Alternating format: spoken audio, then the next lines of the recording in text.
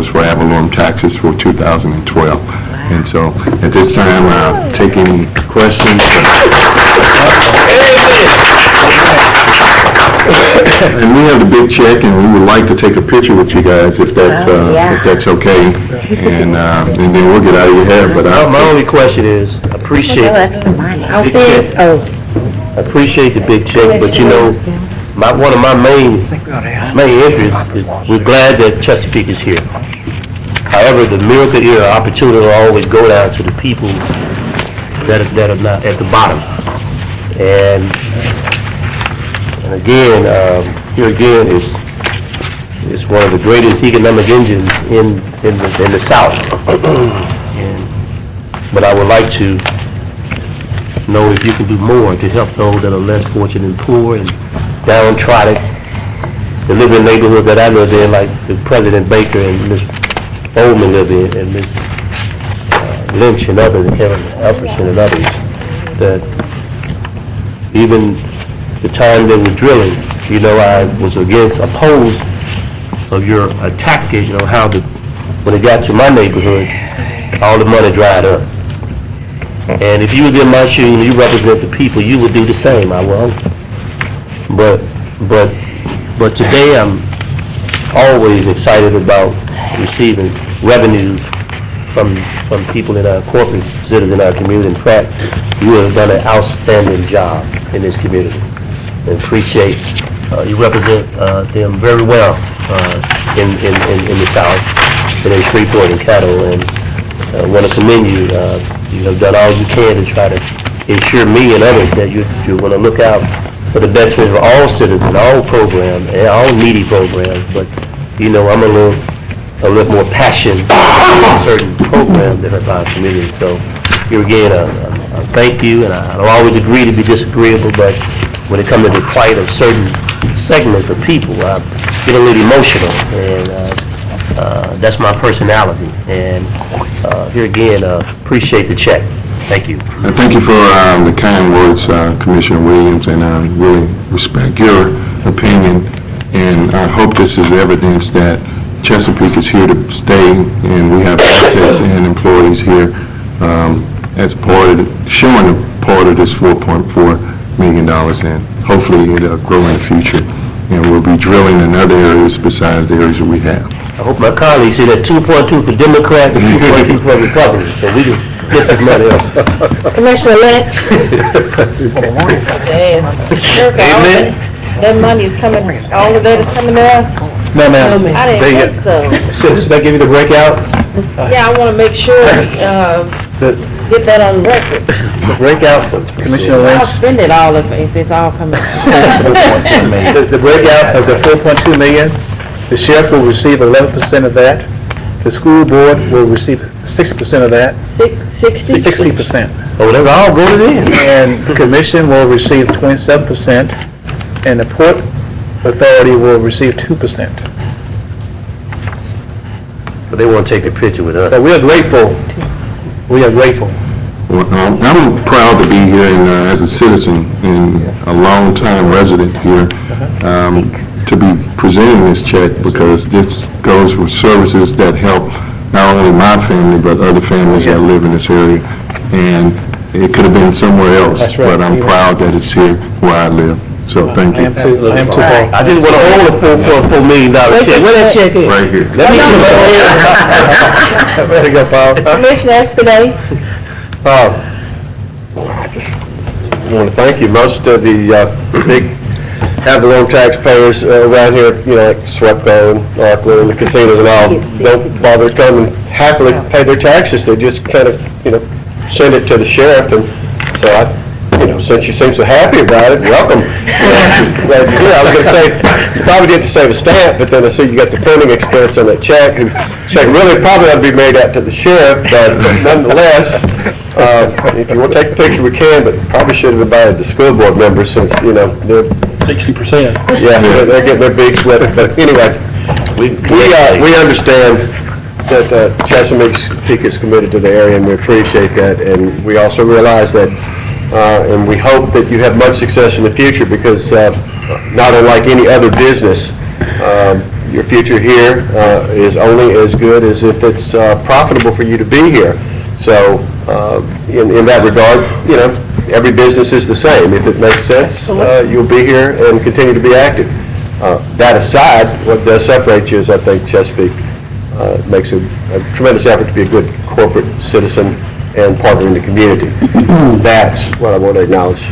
Thank you. Thank you for. And today's weather is helping to sell some natural gas. So. Well, have you thought, you know, if the simple bit of legislation helped us, and since we have a green administration in Washington, if the Congress just simply passed a law that required all new home construction in apartments and all to be heated with natural gas for their heat, their hot water, and their stoves, and get away from home heating oil and all electric and all, what would it do for this country and the jobs? And you know, we have an abundance of natural gas. One simple little bit of legislation could kick in a tremendous amount of jobs and take us farther to that energy independent state that we want to be in.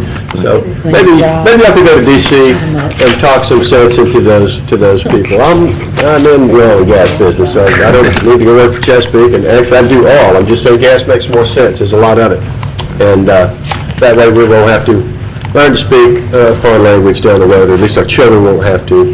So thank you. Thank you. Commissioner Lynn?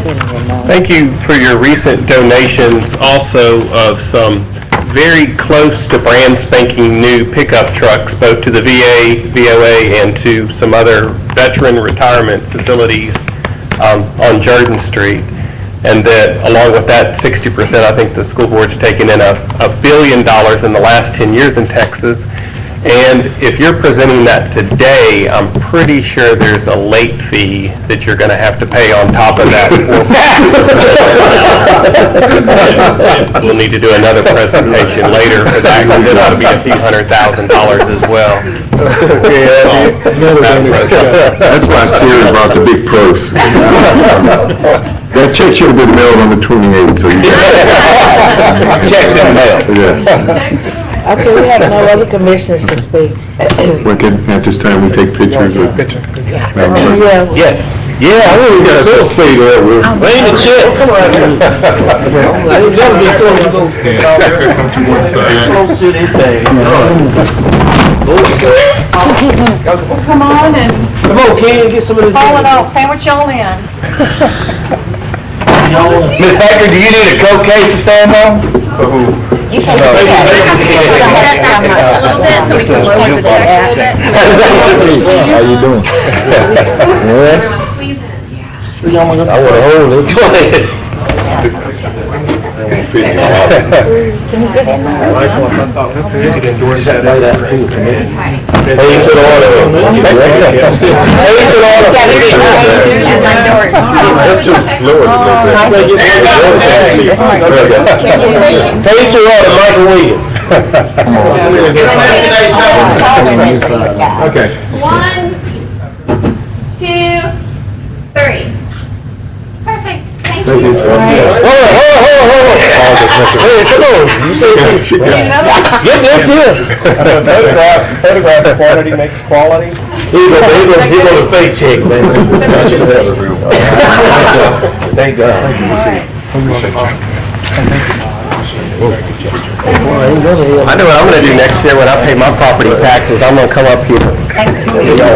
He made that to you. Don't get all excited. We don't care about your time.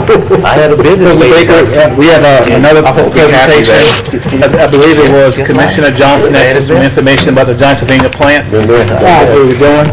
So at this time, I'd like to have Mr. Johnson come forward, Mr. Bobby Johnson and Wes Wise, they're from the city of Shreveport, and they combat this plant. And they're going to share with us what they're planning to do to help with that situation. We did contact Commissioner Johnson for clarification. He was talking about Cross Lake and not Caddo Lake. Okay?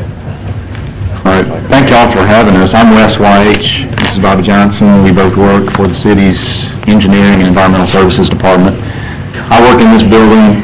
Bobby has a real job and works out on the lake and has to take care of the lake. But I don't know how much y'all know about the Salvinia situation throughout this region, or but you probably know, I think everybody knows a little bit about it, but we're having problems in Cross Lake, just like all the other lakes, really in this region. Caddo Lake, Bistineau, Toledo Bend, and Cross Lake is no exception at all. Salvinia is a floating weed that was originally brought to this country, I think, for ornamental use in aquariums and garden ponds and things like that, and it's now out there, and it's taking over. It likes shallow areas with trees, kind of like what we have in the western end of the lake. And but even though it starts there, it can expand and it can actually go out into the open water like it has done in Lake Bistineau and some other areas. Forms kind of a dense mat that just chokes off the lake. It chokes off beneficial vegetation. It affects fish. It affects the oxygen level in the lake. It can get into the water treatment intake system. It can cause damage there. It's just a noxious problem for us. And as I say, we're seeing it in Cross. You cannot get rid of it once it's in a water body, at least with the situation that we're in now with the science and so forth that's out there to fight it. All you can do is manage it. So that's all we're trying to do. And the really only way we can manage it in Cross Lake, the best way we can manage it is through herbiciding. There's also a weevil that is being used in some lakes, and we've tried it, and we're going to continue to try that as well, which is obviously a preferable way. If you can have a biological control, it would be a preferable way of controlling it rather than herbiciding, but it's still kind of in the developmental stages, and there's some issues with the effectiveness of it. We can't draw the lake down like you can in Lake Bistineau. Yeah, so, and even that doesn't take care of it. Bistineau continues to have problems, but that is another tool they can use that we can't use here. The best control for it really is Mother Nature. 2 years ago, I guess it was the winter of 2010 and the winter of 2011, we had some very cold periods where it got way below freezing for 2 or 3 or 4 days in a row. And we noticed in the summertime after that the problem was kind of under control during those summers. The problem with this past summer is we had a very mild winter last year, and we saw the problem just take off in Cross Lake like we've really never seen it. And ordinarily this time of year it starts dropping back out of the water column, but it was so pervasive this past year that now we're seeing it out there now. Bobby was out there last week. And hundreds of acres of it. A lot of it is covered. Bobby has a map here. Bobby, I don't know if you want to, you already passed it out. It just kind of shows you the areas where we have the infestation. We receive most complaints from areas outside the city limits. We receive complaints in the Pine Island area, West Lake Shore, Mallard Bay. These are the areas where we really have the problem. I guess that is really, but well, the other point I wanted to make was we don't have enough budgeted right now to properly, we think, fight the problem. Last year we spent probably around $200,000 trying to combat the problem in the lake. This year we have about $150,000 budgeted, which is really going to be spent on herbiciding. We have a contract herbicide company that deals with it for us. Bobby has a little budget where he and his guys can get out and do some spraying, but based on what we've seen this past year and what we expect to see this upcoming year, we think we're going to be way underfunded for this upcoming year. Again, the winter's not over yet. The weather we're having now is cold, but it's not, we don't think, cold enough to really be having much of an impact on it. What we really need is some weather, down in the teens, like that, and I don't think that's forecast for this winter, but you never know. We're hoping that we'll get some cold weather. Of course, the advantage we have with Cross that other lakes don't have is we've got Bobby, and we've got his very small staff. It's basically Bobby and one other person who can keep an eye on it, and other lakes don't have that, so we at least have that. But we do have a concern that the problem is going to continue to grow, and we do have a concern that right now we're underfunded, going into this upcoming year. Is there anything you want to add, Bobby? That sounds pretty good. I think you got it. Does anybody have any? We're going to go into this spring and this summer, we'll probably go in with it more widespread than we ever had before. And that's probably due to the fact right now there's a lot of fall foliage laying on the salvinia, which is acting like a blanket that's insulating it. When we have our frost, it's not freezing it. The water's keeping it warm. And there's a lot of that out there right now, a couple hundred acres of that. So we'll probably go into this year with quite a bit. You never know from year to year. It's such a, and there are other nuisance weeds that we have to deal with out there every year too. It's hard to budget for because you really don't know what to expect when you come into each year. But we really do think this is going to be a difficult year for us, and probably a crucial year in our getting a good handle on controlling it, because once it goes past, a threshold, it's hard to rein it in. I have a couple of commissioners want to ask some questions. Commissioner Williams? You don't mind? Commissioner Tilda? How does that affect the water supply, the drinking water for the city?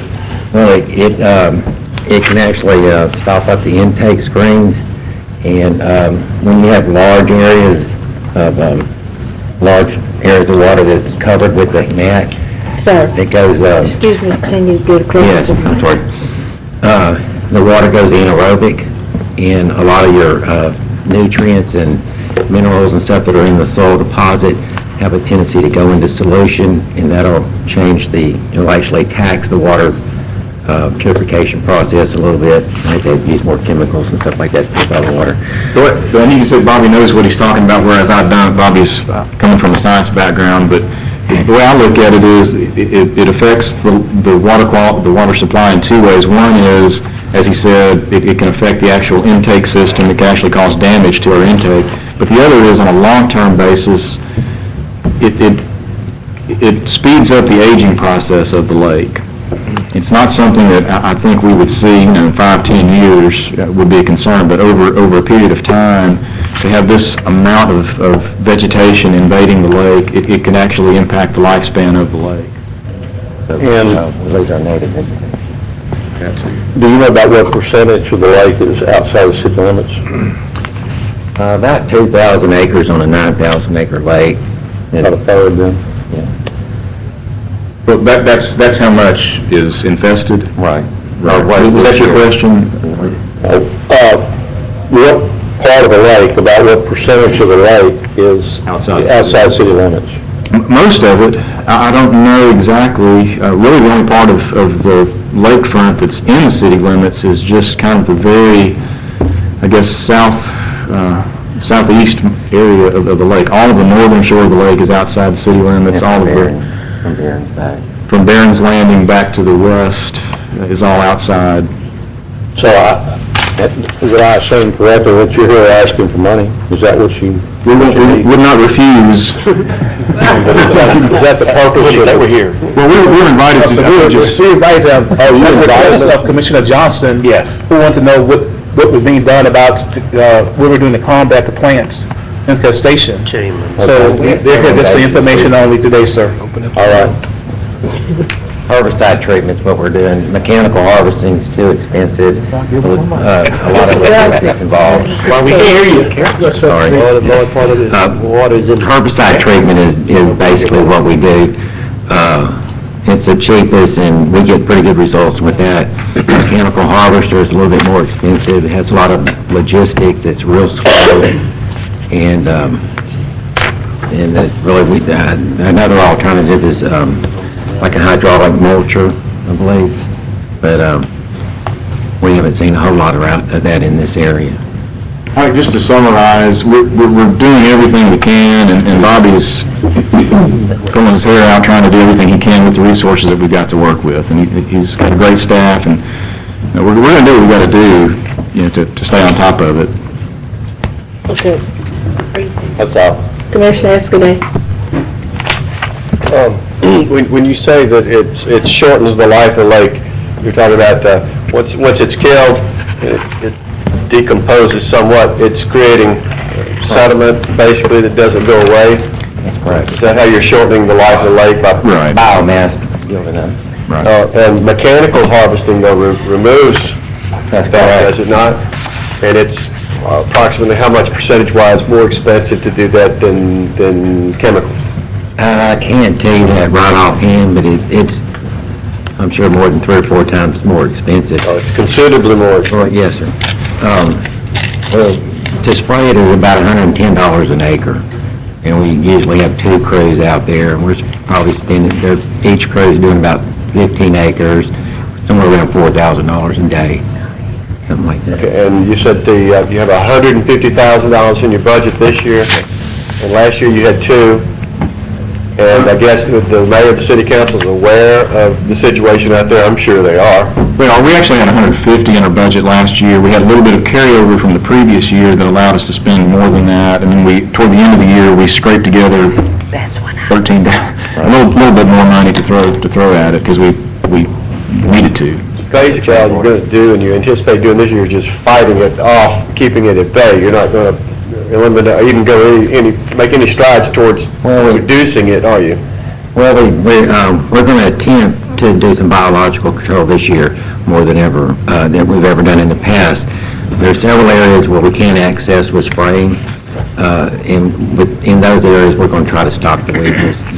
Let me ask you a question that maybe you may not know the answer to. I don't know, or maybe somebody will. You're talking about the lake being in or out of the city limits. I'm not even sure that matters. Who owns the lake? The state? The city owns the bed of the lake. City owns the lake, owns the water. Okay, so it really doesn't matter whether it crosses some imaginary boundary. Everything below the 172-foot contour line is... And that's the city's primary water supply. Right. So it seems like got a very, it's a community problem, but yes, the city has jurisdiction, so then they need to take a lead on it, and if they would want any help from us in the future, then I would suppose that they'd need to ask, but I just wanted to clarify that.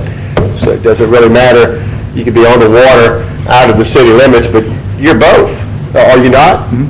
You're really not, you're really in the city as long as you're on that water, because I guess your police patrol out there's got jurisdiction all over the water, so you're claiming jurisdiction. That's true. Or assuming it, so, okay, thank you. Commissioner Lynch, I have to get you a lawyer, never admit to, everything is all the city, but anyway. Is the state sending any money? The state helps us with the weevils. We acquired the weevils to Louisiana Department of Wildlife and Fisheries in the past, and I've got it set up this year where we should be getting more weevils because, like I said, we'll probably have, 2012 was the worst year ever, and I'm sure we'll have a pretty tough year this year. And if I recall, I think the state did actually help us year before last. They did a little spraying. Yeah, it's unusual for them to do that. Unusual. We did ask this past year, and they said they would not be able to help us in 2012. Thank you. Commissioner Lynn? My question was clarified, and that was that the city of Shreveport did own the lake in its entirety, the water and the bed. Yeah, that was all. Thank you, Mr. President. Commissioner Williams? Don't have no question. Oh, Commissioner Bowman? Yeah, Your name? just one question. I'm just looking at these little pockets. Yes, By the way, it really has some weird names. We do. But I'm curious. I remember several years ago when we first basically heard of this plant. Do you think that, and I'm basically looking at prevention more than anything, it was told to us that because of the boats that travel from one section to another and they're not cleaning, properly, that they're putting it from one area to another. You think maybe some warning signs or something like that would? right. Yeah, we have posted signs on every boat ramp around the lake. Okay. To bring awareness. We've got pictures. We actually have 2 really invasive species, and one is hydrilla, and the other one is salvinia. The reason hydrilla didn't rear its head this year is because we actually went into the spring last year with the full lake, and we were able to maintain that lake. Our lake's not a real clear lake, so the sunlight wasn't able to get to the plant.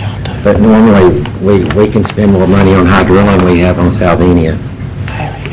Thank you. Commissioner Williams? Thank you, Madam Chairman. It's been said that the city owns the lake. City Street owns the lake, but the city lake sits in Caddo Parish. Correct? All right. And there are several people that live in the city of Shreveport and Caddo use that lake for water service, for drinking water and other issues. However, I hope that the city would be a little more progressive and open-minded and maybe come back in the future and try to develop maybe an intergovernmental agreement in the future in case you do need a little more help. They have been shown that in the past, their willingness to reach out and join hands with on certain projects. However, I am concerned that the city may own the water. There are people that actually live in the parish in the city that use that water for drinking and everything else. So we all in this thing together, regardless of where the water is at. That's some of our best water system here, besides Caddo Lake. But this is some of the water that people depend on, and then we can make sure it's clean, it's safe, and it don't have pesticides in it. I'm not big on spray. I'm not big on that. If I may say, one thing about the Salvinia, it is a foliar application, and our main product in the herbicide treatment is glyphosate, which is basically Roundup. It's pretty safe, and it's like that. Most of what we spray is actually on the plant itself, because it's a floating plant. It's a foliar app. Is there a certain type of fish that eat that plant that you know of? The hydrilla is that fish, and we stocked 15,000 grass carp last year to combat the hydrilla, which we're hoping that'll, we'll probably end up spending most of our money on Salvinia because we did do some biological control for the hydrilla, which is a different plant. They're both invasive species. So if you had some more, Both outcompete all our native plants. what's the revenues in your budget about some more of those fish? Would that kind of help? It would not help with the Salvinia. Would I help? It would help with the other nuisance weed that we have, but not the Salvinia. Because you got to get at the root of that. Get down. There's the only biological control for the Salvinia is that weevil, Systemic plant. and that's still. But I do see some partnerships, some open-mindedness to help you down the road, because, like I said earlier in my comments, there are a lot of people that from north to south use that water, and the city is in the parish of Caddo. Majority of citizens use that water a little bit north, lakeshore around there. Exactly. The Lakeview subdivision, for instance, is outside the city limits, but that subdivision depends on city drinking water. But it's not just the drinking water, it's also the use of the lake. Absolutely. The park, Fleming Park, which is heavily inundated with Salvinia. And the Pine Island area, the West Lake Shore, all of those areas are outside the city limits, but those are folks that are affected by it. Well, hopefully, we'll reach out one day in the future, and maybe we can collectively talk about how we can work together and ensure that our most precious resource of our water system be safe for years to come. Thank you. And we know we got I-49 and those coming through here, and they're going to need some good waters, especially for North Shreveport, North Caddo, I'm sorry. And that's something that most people talk when they do economic development. They want to know about the water and make sure the water is safe. So that's maybe something we could do down the road. Thank you for coming. Sure. Thank you all so much. I wouldn't worry about it. Okay. Thank you, Mr. Johnson. Mr. West, thanks. Appreciate it. Thank y'all for having us. Thank you, Jamie. President Baker, our next update comes from the Shreveport Bossier Sports Commission. We have Mr. Kenny Ante here today and Mr. Kelly Wells to give you all an update on future events.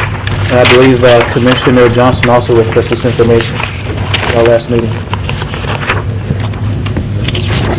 Good afternoon, everyone. Kenny Ante, 9335 Ellerby Road, Shreveport.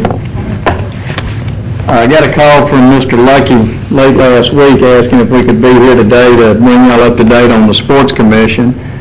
So I got Kelly here, who's with the Bureau, and also Stacy, who everybody knows with the Convention and Tourist Bureau. But before I get into that, I want to tell y'all something that happened to me Saturday a week ago. I had to go haul a trailer full of trash. So I called Mr. Lucky to find out what time the dump out on Ellaby Road closed. He, being the great servant that he is, didn't know, and he gave me Robert Glass's number to call Robert. But I couldn't find Robert, so I went out there, and it was 5 minutes to 4. Well, it closed at 4, and I needed the trailer on Sunday that was loaded with all this trash. The gates were closed, and I saw the backside gate open, and saw a truck in there unloading some trash and a man that was there working. So I pulled in knowing that it was after hours, fully expecting him to say, "No, sir, we're closed. You need to pull right around and go on back out the same way you came in, the way you weren't supposed to." But he didn't.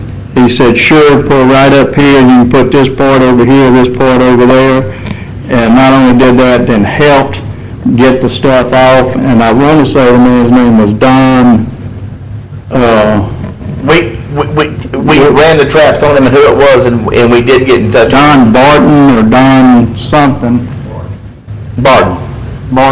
That worked out there. And I just wanted to tell y'all because, you know, having been involved in government and 2,000 or 3,000 employees, he's one that went over and above the call of duty, was very polite in how he did it, didn't ask for anything in return. Didn't know me from Adam, I would assume, other than I was somebody there keeping him from getting off work at 4 o'clock and leaving. It took us about 10, 15 minutes to get it all off and in the right piles, and he never once gave me the feeling that, "Would you hurry up, you're holding me up." And I just wanted to let y'all know that. So you've got a good one out there that was at least working there at 5 o'clock last Saturday. As far as the Sports Commission, 2 things before we get into the events that have gone on last year and the events planned for this year and next year. 2 things of y'all's that would be coming to y'all for some action is, one, when the 4 governing entities put the commission together, it gave each body one appointment and then an at-large position, which is held by Billy Montgomery. But then it also had, each entity had an ex officio member that comes to all the meetings, has just as much input, just as much discussion, but no voting rights. So we as a commission passed unanimously a request that the 4 governing entities go back, modify that existing cooperative endeavor agreement, and make those ex officio members actual full board members and voting members. That would then give us a board of 9 people, with a board of 5, with 2, you know, it's hard to get a quorum a lot of times, and you know, if you have 3 people there, 2 people can carry on the actions of the entire board, which I don't know is all what, it hadn't been a problem, but it could be a problem to where they could vote to do something that's probably the majority of the people would not. So it kind of protects against that and also gives us the ability to have a quorum so we can conduct business each month. We meet the 4th Wednesday of every month at 8 at the Convention and Tourist Bureau office, so anybody who wants to see what goes on during those meetings is always welcome. Stacy always has good food there and coffee, so at any time the 4th Wednesday of every month we're meeting at 8 o'clock at the Convention and Tourist Bureau. The other item, and an item that's extremely important not only to the Sports Commission but also to the Independence Bowl, is what we call the North Louisiana Economic Development legislation that we're taking to Baton Rouge in hopes of getting authority to where we can get a permanent source of funding that will fund both the Independence Bowl and the Sports Commission. To go out and try and attract sporting events 40, 45 weeks out of the year takes a lot of money. As y'all know, y'all been nickeled and dimed and sometimes, you know, dollared to death over bringing in a lot of these events. In order for the Sports Commission to operate as a true commission, you got to have money. And it's not money that we have to come back and ask the commission and the cities each time we have an event that we want to bid for. but a recurring source of money that we can have there to fund it properly and to go out and basically buy sporting events. And that's what you have to do. They call it bid, but it's going out and buying it. Whether it be to pay for the Century Tail, to pay for Independence Stadium, to pay, for, Cargill Park, all of that costs somebody money. And if we have a pot of money that we can dedicate to go out and put towards bidding those events, you'll see this sheet of various events not only grow in number, but grow in quality. Rather than having a Bassmaster type event, once every 4 years, you theoretically, you could see 1 to 2 of those a year.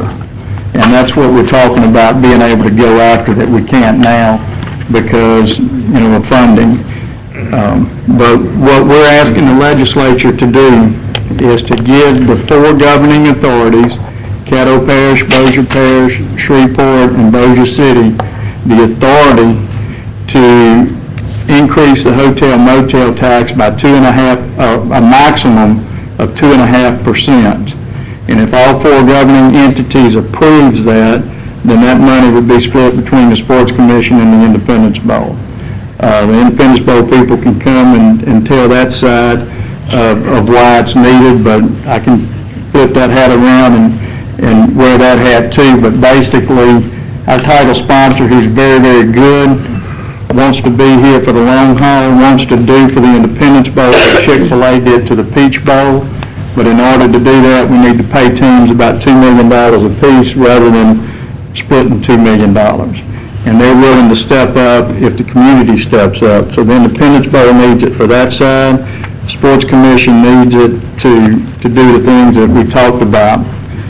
The economic development at one point in time, and Stacy has a better grip on it, from the Sports Commission and what it can do if it's doing the events that we know we're capable of doing as a community, can have a $40 to $50 million a year economic impact. Now, some of that's already being done now. To what degree, I don't know, but we know we can at least double or more what we're doing now in terms of economic development and bringing in sporting events from the outside. Does anybody have any questions on those? Yes, we have some commissioners that want to ask questions. I was going to say I can answer questions to those before I get into the list of some of the events that we have coming. Okay. Commissioner Lynch? Yes, who are the 5 members that are on the voting members? The voting members, the chairman is Billy Montgomery. He's the at-large member. I represent y'all at the commission. Marquis Pierre represents the city of Shreveport. Rick Avery represents Bossier Parish, and Bubba Williams, Bubba Williams is the Bossier City's appointment. The ex officio, John Escaday is Caddo Parish ex officio. Patrick Wesley with SPAR is the city of Shreveport. Doyle Adams is Bossier Parishes, and Clay Bohannon is the Bossier City's ex officio. Have information relative to board attendance since the formation. Do you all have that you can provide that to us? We do, and Stacy can probably get that. Oh, and Stacy's an ex officio. But yes, we can get that to you. Just quickly, and I don't really want to get into a long discussion about it today, but because I do think it's something that needs to be discussed in more detail. The proposed legislation that you all are proposing, it sounds pretty similar to what the bill that came up last year at the state legislature. Actually, the bill kind of similar. Actually, the bill that came up to the legislature last year was trying to get some of Margaritaville, the tax dollars going to Baton Rouge from Margaritaville, and it only related to a portion of the state tax that Margaritaville brings in? I guess two concerns I have with just a little bit that you've said so far. One, I think if there is any increase, a proposed increase to the hotel motel tax, that we need to look at it comprehensively, not just in isolation for sports events. There's going to be some increased revenue, brought in primarily, hopefully, from people visiting or the oil industry or whatever, that we have the best and highest and broadest use for that money. My other is in terms of the sporting events, that we ensure that we have facilities that are up to the standards, and maybe there probably needs to be some new ones that would attract some of the events that that we even saw in Oklahoma City when we went there, and some other areas around the country that have already demonstrated a commitment to sports type activities and drawing those types of crowds to their cities and counties. And also that the Sports Commission, Tourist Bureau, and some of the other entities around Caddo Parish are more inclusive as to where those dollars go. That it's not cherry picked for certain entities or organizations, but that it's inclusive and it's broad based, and it's not just folks taking care of their friends and buddies, but that is actually used to the benefit of the entire community.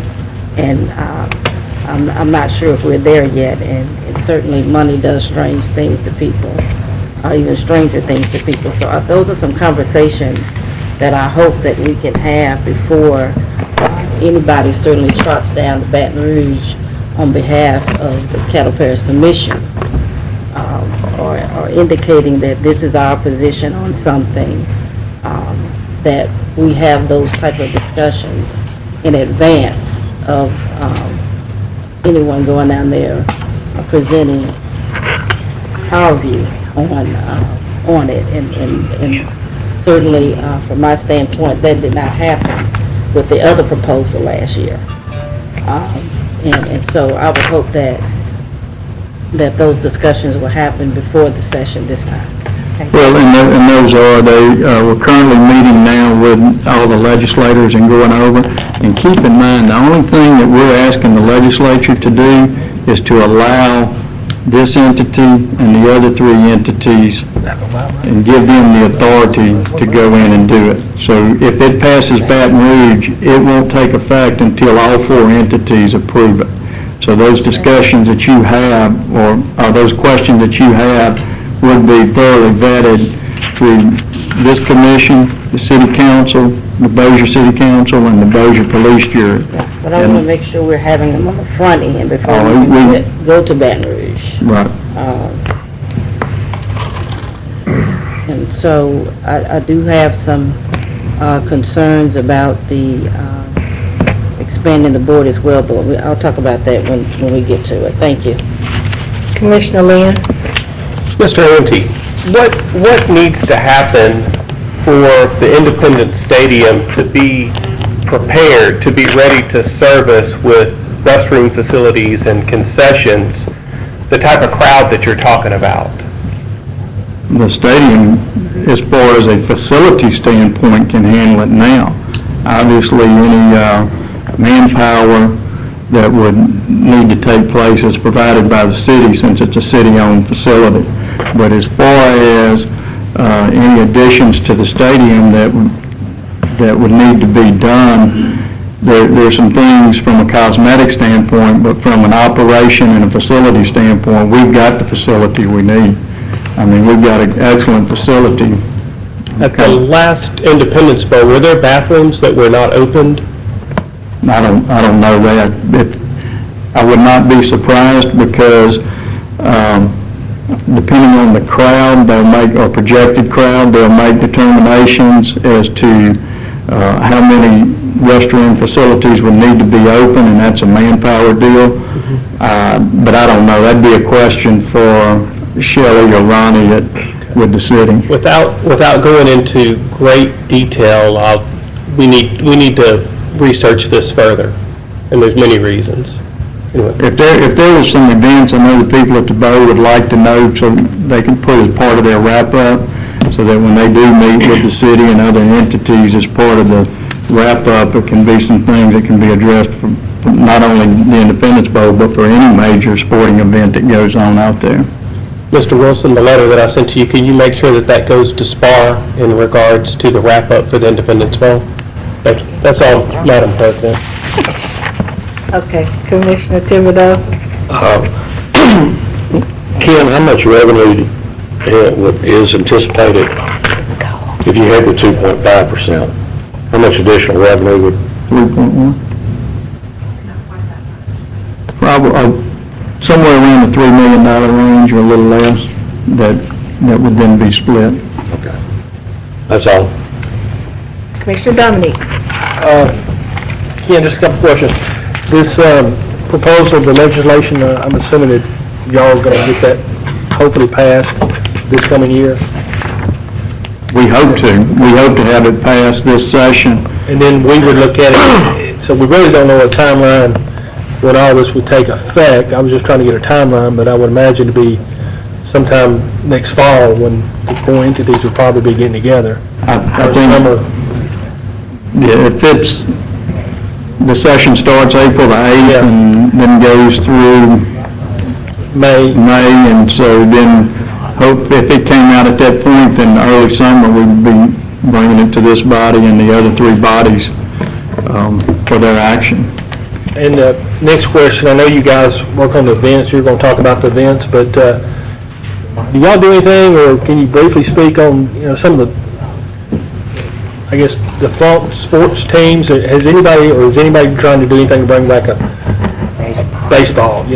That's the big thing we've talked about was the baseball stadium here in Shreveport and how dilapidated it's getting because it's not being used. So I was just wondering if you had any knowledge or if you'd tell us anything about that's going on with anything like that. The Sports Commission's currently not working with any entity that I'm aware of in terms of bringing in a professional sport. Usually what happens is obviously that's a private venture and then they come to whatever sporting commission or entity or authority that's there to work with them to move that private venture forward, and I'm not aware of any of them on whether it be baseball, basketball, hockey, arena football, or any of them that we've had in the past.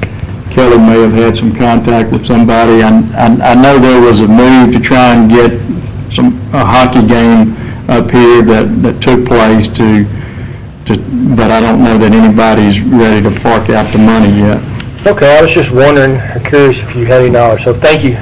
I appreciate your service and all you're doing. So I appreciate the opportunity. You come off of work, sometimes we have to work, so I know what you mean.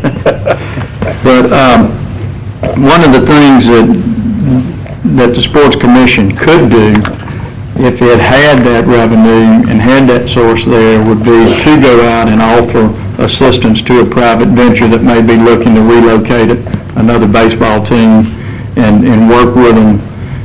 But when you don't have that money and you're just trying to piece together monies to get the big events that bring in and have the big splash, then it kind of limits what you can go out to do to really actively entice someone, and that's what it takes. To get a minor league team, it takes enticement, just like it takes to get a car manufacturer or a solar manufacturer or anything else. It takes somebody going out saying, hey. Are you plugging solar energy at this point now? I'm just using that as an example because I know at one point in time there was discussions about that, but if anybody needs any.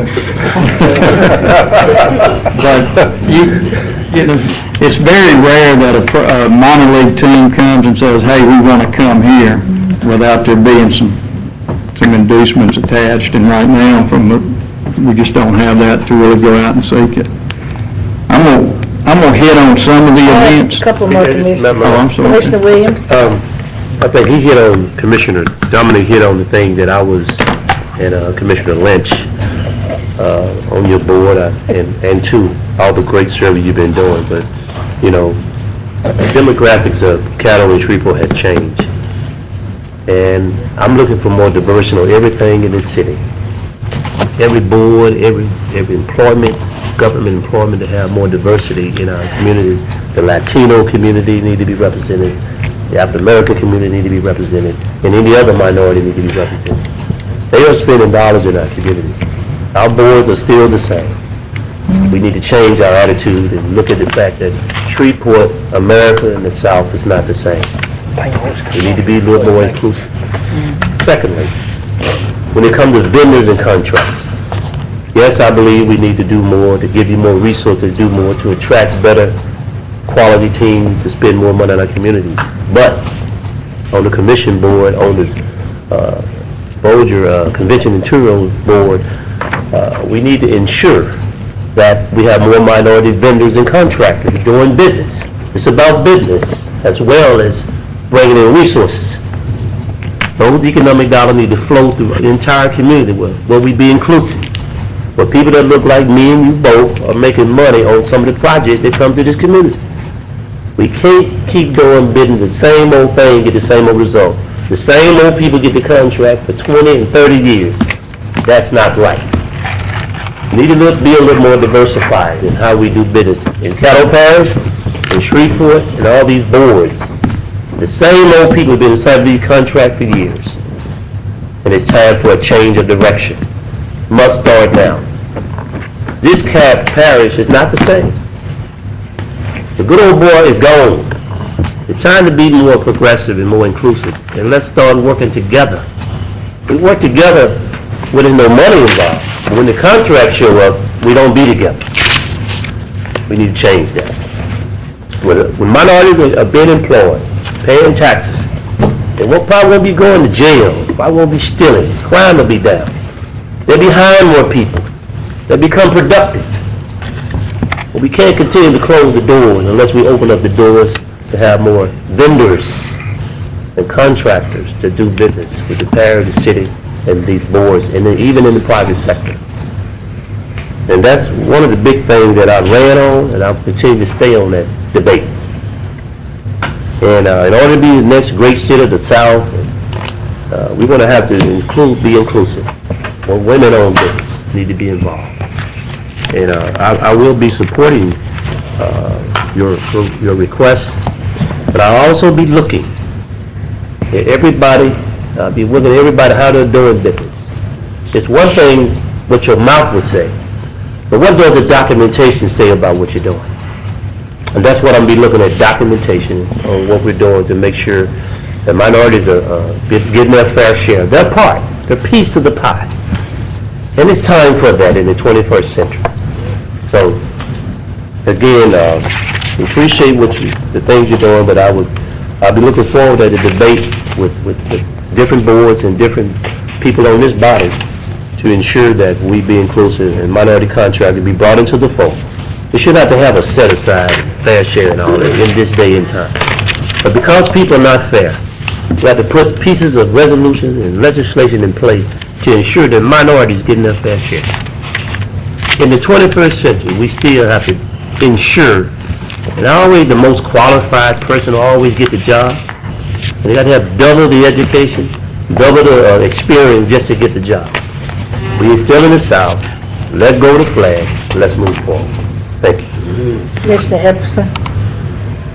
How long has the commission been formally organized now? We're in our second year. I think this summer will probably, and Charles was instrumental in getting that done, but I want to say this summer we'll complete our second full year. Okay. How many meetings have you had that had to be canceled due to lack of quorum? We haven't canceled any of the meetings. There have been a couple where we couldn't conduct business, and then there's been many where we've had somebody on the phone just listening in on conference so that we could have enough. Well, that's legal though, right? Right. Okay. Right. All right. That's all. I hope so. Okay. There's no, That counts as quorum? It does not. So therefore, the proceedings. And we have not counted them. Yeah.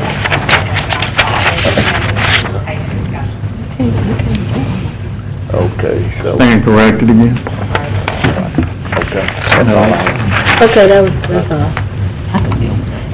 Go ahead. Well, as far as the events,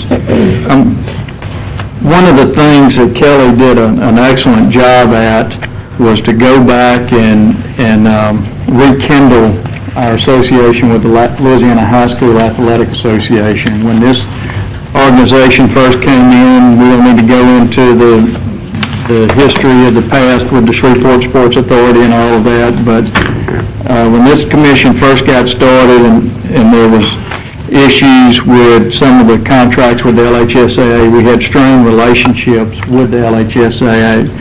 I think some experiences that we encountered over the past years, the LHSAA encountered, and realized that maybe everything that went on up here wasn't as what they thought it was. And so Kelly worked real hard with rekindling the relationship with Kenny Henderson down at the LHSAA and with Keith Alexander, and our principals up here did a good job to where we weren't basically just blackballed from them from being able to go out and solicit events. So we have acquired the regional basketball tournament, which will be at Century Tail the first week of March. We've also, for the first time in the LHSAA history, they took all classifications in the men's and women's golf tournament, and they're bringing them to one location. We went out and bid, and we were successful in that bid. So this year in April, we will have all the men's state golf tournament and all the classifications for the women's state golf tournament that'll be up here. Additionally, we have the Louisiana High School Coaches Association basketball tournament that will be played at Centenary, and then we will be bidding on and going after the actual state championship, which will go back to the old top 24, top 20, Sweet 16 format for 2014, and we'll be trying to bid on that, which will bring all the state championship games to the Century Tail. So those are some of the high school events that we have out there.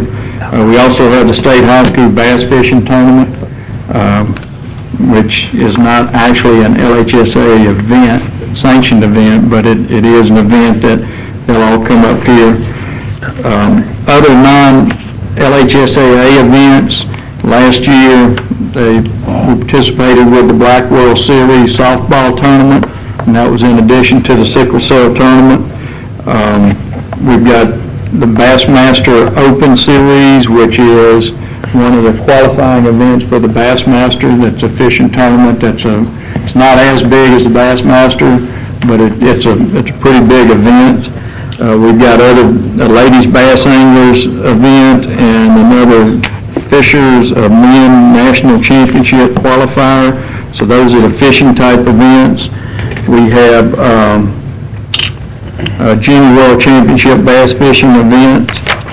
So there's a lot of those that, we're picking up more and more of, and those bring a lot of dollars to it. We've got several softball tournaments, weightlifting events, gymnastic events that bring in a lot of kids and parents.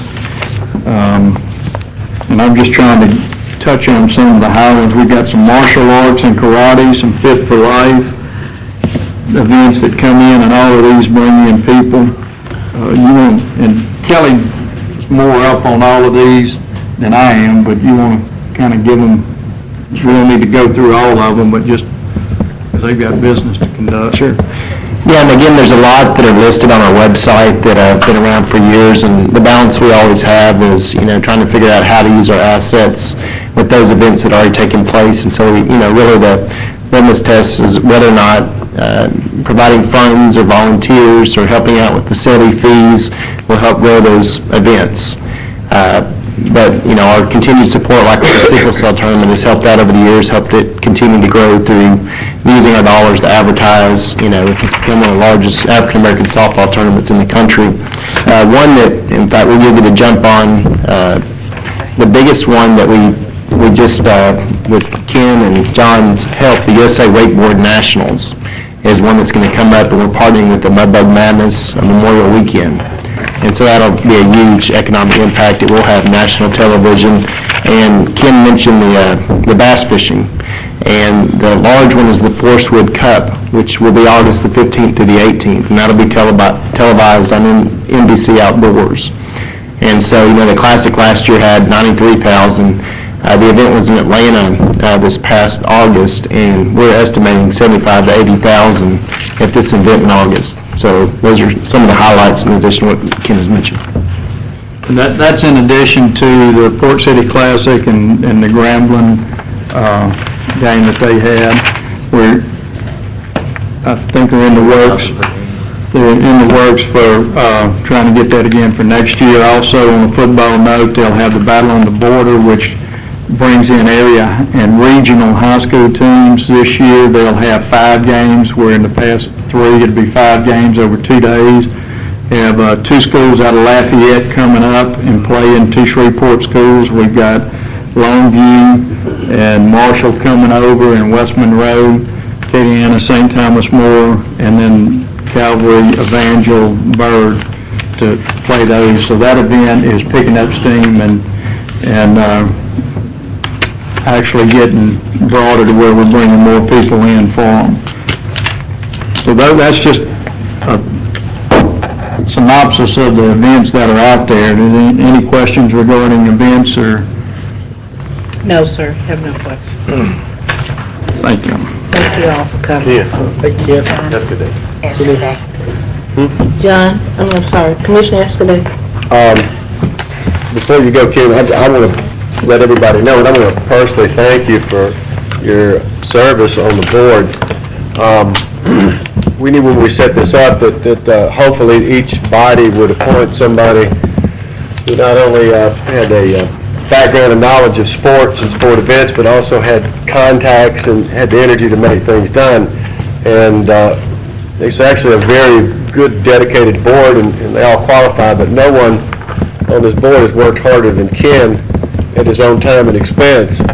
We've had several occasions where we've discussed the possibility of getting an event here, and the hang-up was $2,000, $3,000, $5,000 for a sponsorship or some rooms or something, and more often than not, Ken says, I'll make some phone calls and get that money raised, and he has. Sometimes he's written checks out of his own account. So we're not going to find anybody more dedicated and more willing that I'm aware of up to this point, as Ken has been, to get this thing kicked off the ground. In a year and a half, we've made, even though there may be a lack of formal publicity, great strides in expanding our events, making these events solid, looking to the future, repairing damaged relationships, and cleaning up the image of the old sports authority. And I just want to personally thank him for his service and his commitment and his generosity to the board. I appreciate that, but like you said, everybody on that board brings something, and everybody does a good job and does their part.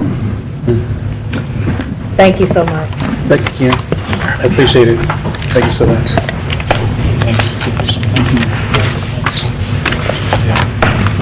Okay, Commissioners, I just want to, it's a good segue into the next topic, because the legislative priorities are being looked at now. The session starts on April 8th and it will end on June the 6th of this year.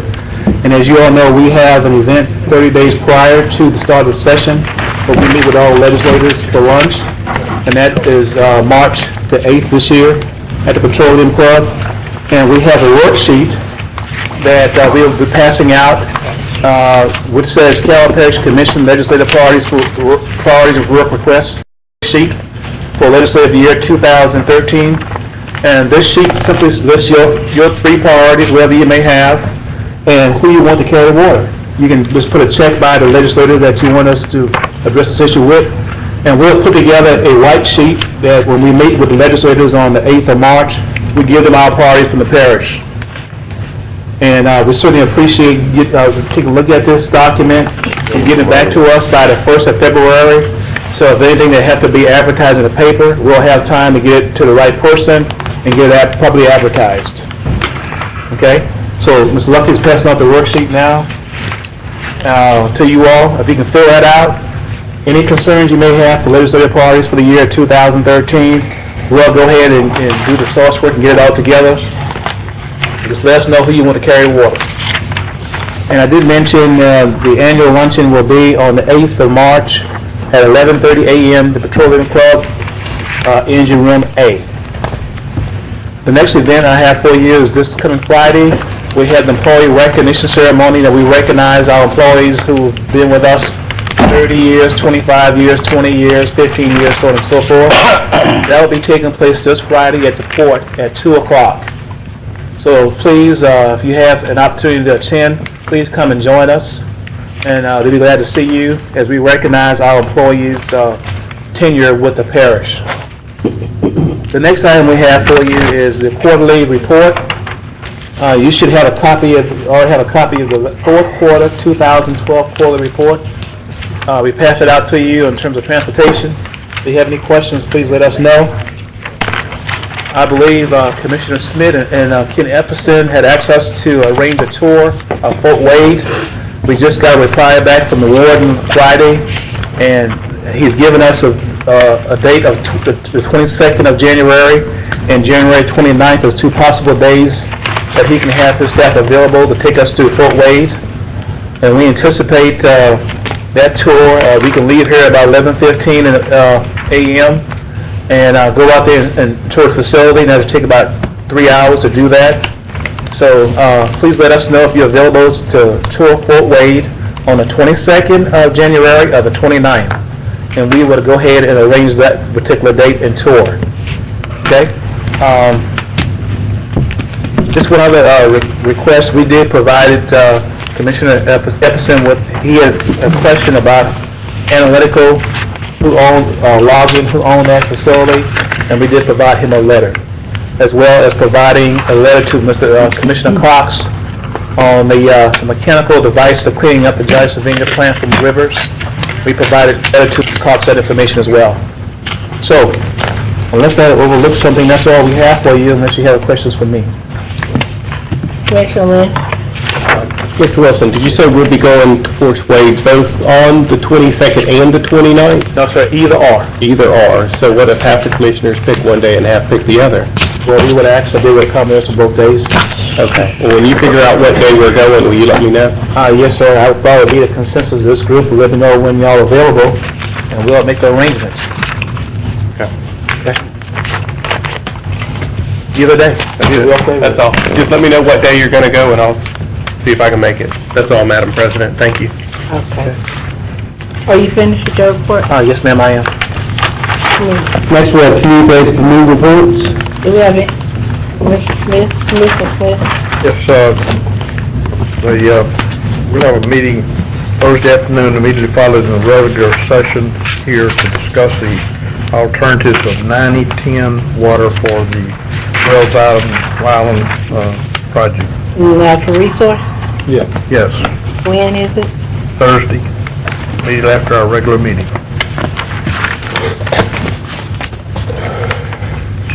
Any other, Commissioner Lynn? You said my name? Yeah. Oh, okay. I had gone on to the NACO website the other day to look at some information. I got an email about the Achievement Awards, which Caddo Parish has gotten 3 to date, right? Mm-hmm. And I started going through the brochure, and I saw a picture on there that they're using to promote the Achievement Awards, and it was of myself and Woody and Ladora and Carl Pearson with a couple of NACO staffers. And so I just wanted to let y'all know that I think one of the years that we were recognized, there were like 800 applications. So quite a few people participated in that program, and Caddo Parish's photo was used to promote it for this year. So I just want to let everybody know.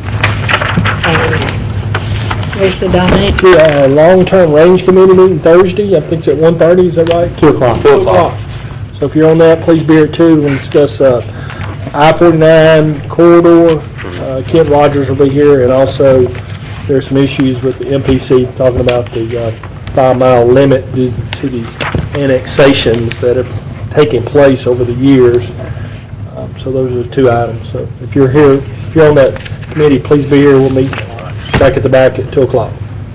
Commissioner Jefferson? Charles, did you finish my statement yet relative to parish tax money being spent in probably urban areas on certain products? I had that, Commissioner, but I'm gonna get it done. I understand the urgency and get it done well in advance of your neighborhood meeting. You'll get it the next day or so. Woody, the Military and Veteran Service Task Force is now in place with NACO, and one of the main things on the agenda is what our county is doing to reincorporate returning veterans and military that may be located within the parishes or counties and or their dependents back into the community and gaining gainful employment. I was wondering if we still have the press conference and the meeting that we had, whereas we invited the State Department of Veterans Affairs and all the different organizations and met with the veterans and the legislators, told them what legislation was in process. That may be a good project that we can submit for a Community Achievement Award, because they're really focusing on Veterans Affairs now. This is that first full year. So we might look at that. That may be something we could submit. That's all I have. Any more communications and committee reports? President's report. Just wanted to let you know that the committee assignments have been made, and you should have a copy of it at your table. And that's it. We have no old business. We move to new business. Authorizing reduction in ordinance number 5286 of 2013. Amending the budget of estimate revenues and expenditures for the Riverboat Fund in the amount of $60,000 for the troops. Move to Thursday. Been moved by Commissioner Lynn, second by Commissioner Bowman. Discussion, Commissioner Dominique. Is this the, reading the ordinance online, it's the $60,000, the school board puts up 60, and the city of Shreveport puts up 60. This is for the 2013? Yes, sir. Somebody. This is the exact same agreement that we made with the school board and the city last year, that we split the cost of truancy a third, and this slipped through the cracks through NGO meeting last year. And so this is... It wasn't appropriately funded in our budget, so we're going to try to get it funded, but it's basically the same thing we did last year, three-way split. Correct? Exactly the same thing that we did last year. We got to get it done to have the program administered and done properly as we have in the past. That is correct, and this is working in conjunction with Charles Rex Scott with the DA's office. And the other two entities have agreed to do that, or they're in the process of doing that too? Yes, and I'm pretty sure that we actually might be the last one to sign on at this moment. Mr. Wilson, did the city and the school board, I know the school board has everything in place right now. The school board has everything in place, and the city council, somehow it didn't get into their budget, but we've been talking to them, and they're looking at putting it back into their budget. You said it did get in there?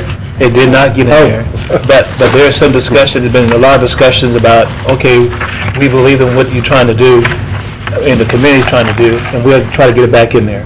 So I spoke to Clay last Thursday, and he's actually talking to all of the Jenkins and some other members of the city council about that. At their request, they wanted the information, we provided that.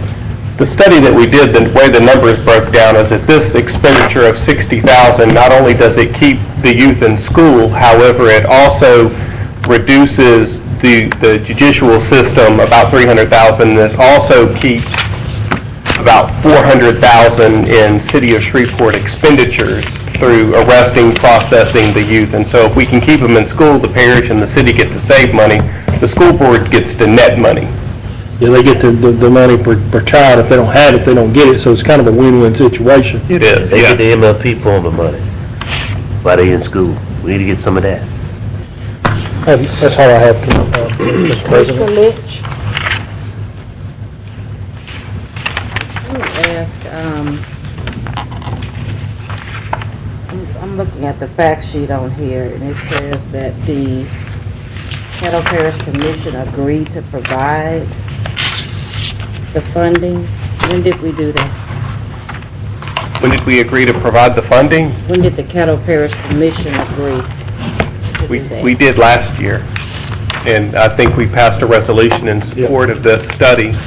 I remember it coming before the commission. I don't remember the exact date or the resolution number, but I remember it passing overwhelmingly. Okay, I would certainly like to see that. I don't remember that.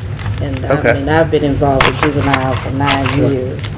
I know that we agreed to patch some funding because in a joint meeting, there were some things that the state wasn't sure what our commitment was, and some other, things that happened at the state level that took some funding away. And it was kind of a stopgap that the parties came to the table to try to, keep in place what had been going on. But by no means did I get the impression that this was going to be ongoing or something that the Caddo Parish Commission was going to be on the hook for indefinitely. I'm happy to address We that. were not 3 years ago in the truancy business at all. The school system, once they get their money for those students, it's questionable as to whether they care what happens to them, whether they're in school or whether they're not in school. After, a certain date, they get the money and, they have it. I think this is their issue. That's what they get. They get funding to deal with this. I'm not really sure at what point we got involved a few years ago, but I do recall that it was something that was intended to be temporary to help them out. But it's, it's kind of like once you get started, it's hard to get some of these people off the parish's milk producing apparatus. I'll put it like that.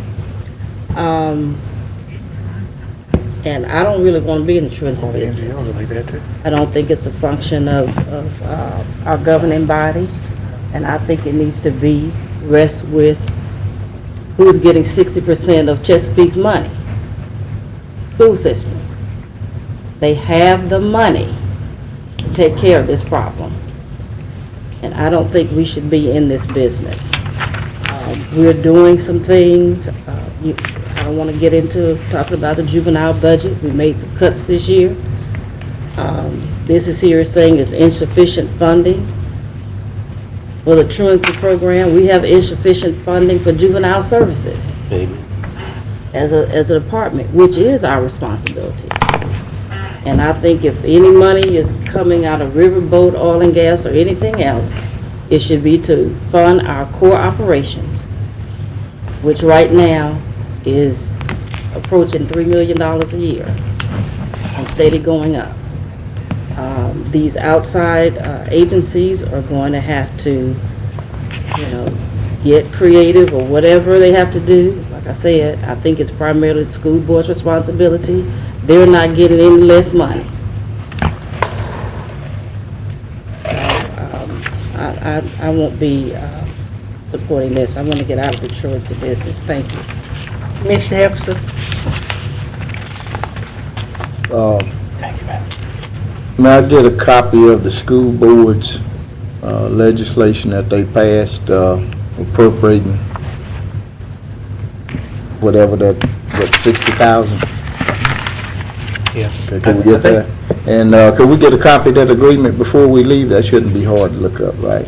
The agreement where we stated that we were going to fund this? Yes, sir. Okay. Commissioner Epperson, I think what the school board did, if that need to be corrected, Clay is here. What they provided was personnel. Isn't that right, Clay? They provided personnel. Would you come on forward? Could I answer that question for you through, Mr. Clay? Because I think, because I don't have a direct answer for you, of 60,000, there's a little bit more than that to the situation.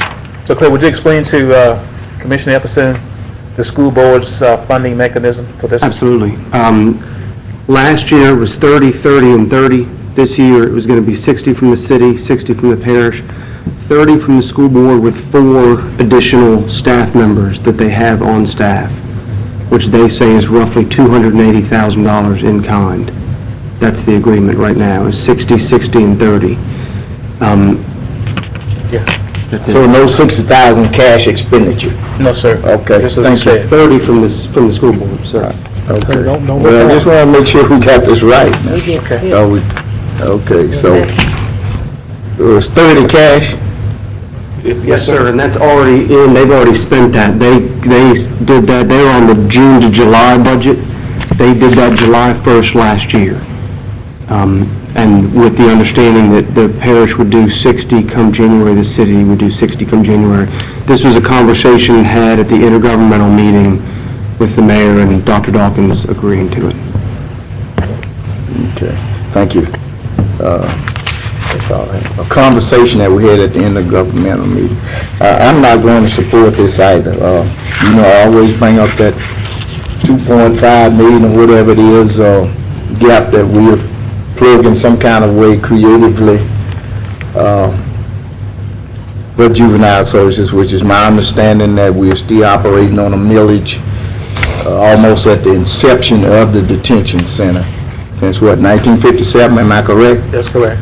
And I'm tired of being nickel and dime with this. I think truancy is a function of the school board, should be. And in light of at 6% of that $4.2 million today, I think that the school board can amend whatever they have to go ahead and take care of the 480,000 or 120 or whatever it is. I think that should be a direct responsibility of the school board, even if they want some function that we have in place at the juvenile detention center to manage it. So I would not be supporting this today. Is that all? That's it. Mr. Bowman? I think we probably do need to say something to the school board since they are getting this windfall and this profit that they didn't, well, we didn't know they were getting, but truancy really concerns me as an urban commissioner. These kids are up and down the street every single day. How do you know? Because I see them every day. And I'm the one who's asking them, why aren't you in school? Some of them answer and some of them are smart, but it doesn't matter. They need to be in school. They shouldn't be walking the neighborhoods, breaking in this house and that house and doing things. I mean, these are young people. I mean, you gotta have a system in place. And all of us are gonna at some point have to see to it that you get them off the street. Now, I'm just being honest about it. Yeah, finances is one thing, and that's great. Yeah, ask the school board to do whatever they need to do. But the parish, the city, has a part in this as well. I mean, it takes the village. It takes every last one of us to make sure that these kids are off of the street and then constructed. I mean, they have a structured center for them to go to, a truancy center, if they don't act right. Even the parents need to be reprimanded for not having knowing where the kids are. It's a big problem where I live. It's a big problem in Moortown and Hollywood Heights as well, because I'm in those areas. I know how these kids are. And for government to sit back and act as if, hey, it's no, you know, it's just the school board's responsibility. Yeah, they need to do their part, but we need to do our part as well. If it's anything, forcing the city's hand to address the situation if they haven't done what they said they would do. Forcing the school board to come up with the buck of the whole deal since they got some additional money. But I certainly can't sit back and say it's strictly the school board, because they're in my community. And somebody needs to do something about them. Going in and out of folks' homes while they're trying to work and make a living is not the answer. They need to be in school, or they need to be somewhere else but off the street. And that's all. Thank you. Commissioner Williams? Thank you, Madam Chairman. After, giving careful thought and consideration to this ordinance, this problem is a national epidemic. It's just not here in Shreveport. Because these kids, Louisiana has the highest per capita dropout rate in America. And when they drop out of school, they go straight to jail. They have no formal education, they have no training, they don't have anything. And one thing we're trying to do is turn these young men around to make them, young men and girls, boys and girls, to make them tax-paying, productive, tax-paying, law-abiding, tidy citizens for our country. We just can't sit back and say, it's their kid, their kid. These are our children. You may not have a child, but they all are children. We all are mentors and mentees to these kids. It does take a whole village, a whole community to raise a child. Now, granted, the mothers and fathers are being very irresponsible. They need to pay part of their truancy. That's the whole deal in the county. They the one having them, but they're not being responsible. And government have to reach in the living room and raise children in the 21st century. Something's wrong with this country. We took prayer out of school. We took the Pledge of Allegiance out of school. Now they're going to take prayer out of church. Something's wrong with this country. The basic fundamental things that work. Prayer in school, village people, nosy neighbors, they work. We don't have to change everything in this country that don't work.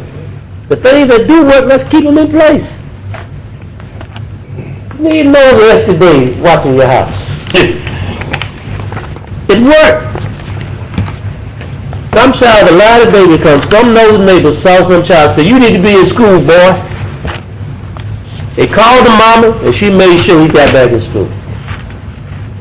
They don't even whoop the kids no more. The Bible says, "Spare the rod, spare the child." And we scared of these kids nowadays. We want to man up and be men and women. And stop being cowards. Christians and politicians. And man up. Let's raise our children, man. I'm concerned about the direction they're going. They're headed straight to hell or straight to jail. They got these guns, they got guns, outgunning the police. These little boys got weapons. Yes, they do. One nation under God or one nation under guns. These assault weapons these little boys got more round ammunition clip than the police got. We live in Louisiana, sportsman paradise. We got to do something about these guns, this killing, this dropping out of school. The African American community ain't gonna have nobody to raise up in our race. We will have nobody to be the stewards of our own race if we don't do something to turn this mess around. Our churches need to do more with fear of God in their heart. The police can't do it. The jails can't do it. It's got to take the church and the fear of God in their heart to save these babies. You look at the news every day. Read the paper. Read CNN. Young black males getting killed. They get more killed over here than they do in a war. Get the statistics. They're dying. If their child today could be your child tomorrow. Nobody's immune to killing. Rich, black, white, old, it doesn't matter who you are. You can go in gated communities all you want. Killing in there too. We got to change our attitude. Change the method of how we approach prevention and intervention. You can put a police on every corner. There's another criminal behind the bush. Police in schools ain't gonna get it. Guns in schools ain't gonna get it. But to take the fear of God in their heart. Jesus is the only answer for our country, for our dying nation. All these programs are good. You know, don't get me wrong, they do something. But until we get God in our heart, we just spinning our wheels on these man-made prevention tools that are not working. Boys walk around sagging. The jammers are all in the public. Where's our moral value? They're gone. We've got to restore this American dream, keep pushing for the dream of hope and quality and justice for all. We've got to do it together. We all in this thing together, no matter where you live in New York or Chicago or Shreveport. We all in this thing together. I like to see, before I leave this here, I like to see us get together. I'll saving some of these young men and women before it's too late. So, I will be supporting this. This is a very touchy subject when it comes to children. Schools need to add up a little more money. They get 60% of $4.4 million a day. What's wrong with that? That formula don't sound good to me. When to purge the city, purge the parents, and they getting all the money from the state for the kids. We don't get nothing. They getting it. But they're our kids. They're all our kids. I will be supporting it, pushing it. I wish my colleague would reconsider their position. I was in the negative, in the no before I started listening. And listening to Ms. Bowman kind of touched me. And there was no wrong answer to tonight, because we all need to be concerned of how we're going to pay for this. It's all about how it's going to be paid for at the end of the day. And I will be supporting it. Thank you. Commissioner Lynn? The commissioners that want to vote against this, I certainly feel your pain. In the last year, the Caddo Parish taxpayer, including Chesapeake, has given the Caddo Parish School Board $1 billion in tax money, and they've yet to solve our truancy problem with that. 80% of black youth drop out of school before they finish, before they're able to graduate. And these are numbers, straight numbers coming from Alliance for Education. And so if y'all want to get behind and oppose the renewal of their taxes coming up, I'm 100% behind you on that. When Cecile Guin came into town, she's from Shreveport, she's in Baton Rouge right now, she handles the state appropriations for truancy for this area. We met, it was the school board, the city of Shreveport, the Caddo Parish Commission, and the district attorney's office. She said the reason why the city of Shreveport, Caddo Parish school system, and the DA's office has been cut out of funding from the state is because we could not come up with a collective answer to the issue of truancy. As obvious, the fact that we've got 80% dropout rate in our African American community. And so that correlates to about a 60%, 40% dropout rate. So 60% dropout, 40% stay if you look at it as a collective whole. She said at that meeting that because all of you groups are working together, that you're now on target to where I can now honestly give you money. We have a district attorney who is now able and willing to prosecute absentee parents who are refusing to send their children to school or just don't care enough to send their children to school. This $60,000, I would sooner cut out the $60,000 that we give Southport before I cut out the $60,000 that we give for this truancy issue.